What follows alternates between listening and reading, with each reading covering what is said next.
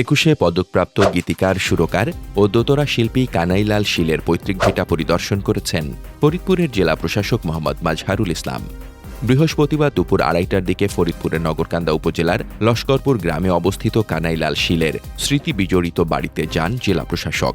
এ সময় তিনি পরিবারের সদস্যদের সঙ্গে কথা বলেন, তাদের সার্বিক খোঁজ খবর নেন এবং ধ্বংসপ্রায় বাড়িটির বর্তমান অবস্থা ঘুরে দেখেন। পরিদর্শনকালে জেলা প্রশাসক বলেন, একুশে পদকপ্রাপ্ত এই গুণী গীতিকার সুরকার ও দোতরা শিল্পীর স্মৃতি সংরক্ষণে প্রয়োজনীয় উদ্যোগ নেওয়া হবে। ভবিষ্যৎ প্রজন্ম যাতে কানাইলাল শীলের অবদান জানতে, মনে রাখতে এবং তার সাংস্কৃতিক ঐতিহ্য লালন করতে পারে, সে লক্ষ্যে সংস্কৃতি মন্ত্রণালয় ও জেলা প্রশাসন সমন্বিতভাবে কাজ করবে। এই যে একজন কিংবদন্তি যিনি একুশে পদক পেয়েছেন, আমরা এসে দেখলাম তার যে এই পৈতৃক বিটা, সেখানে আসলে ওনার সেই রকম কোনো স্থাপনা নেই।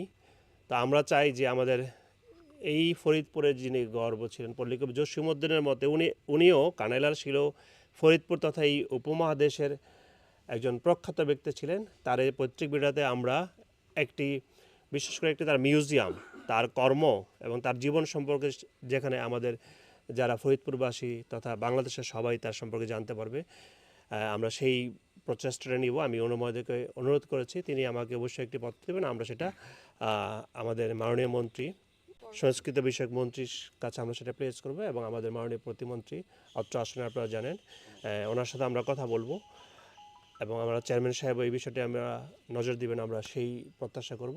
অর্থাৎ আমরা চাই যে একজন যিনি বিখ্যাত ব্যক্তি ছিলেন তাকে এই বাংলার মানুষ ধারণ করুক এবং লালন করুক। কারণ সাংস্কৃতিক চর্চা ব্যতীত একটি জাতি কখনো আসলে তার যে প্রদীপ বা আলোক সীমা সেটা খুঁজে পায় না।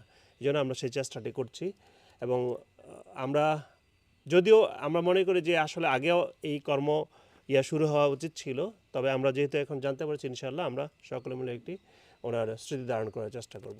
এ সময় জেলা প্রশাসনের ঊর্ধ্বতন কর্মকর্তারা, নগরকান্দা উপজেলা নির্বাহী কর্মকর্তা রেজওয়ান আফরিন, সংশ্লিষ্ট ইউনিয়ন পরিষদের চেয়ারম্যান হাবিবুর রহমান বাবুল তালুকদার, স্থানীয় জনপ্রতিনিধি ও গণ্যমান্য ব্যক্তিরা উপস্থিত ছিলেন।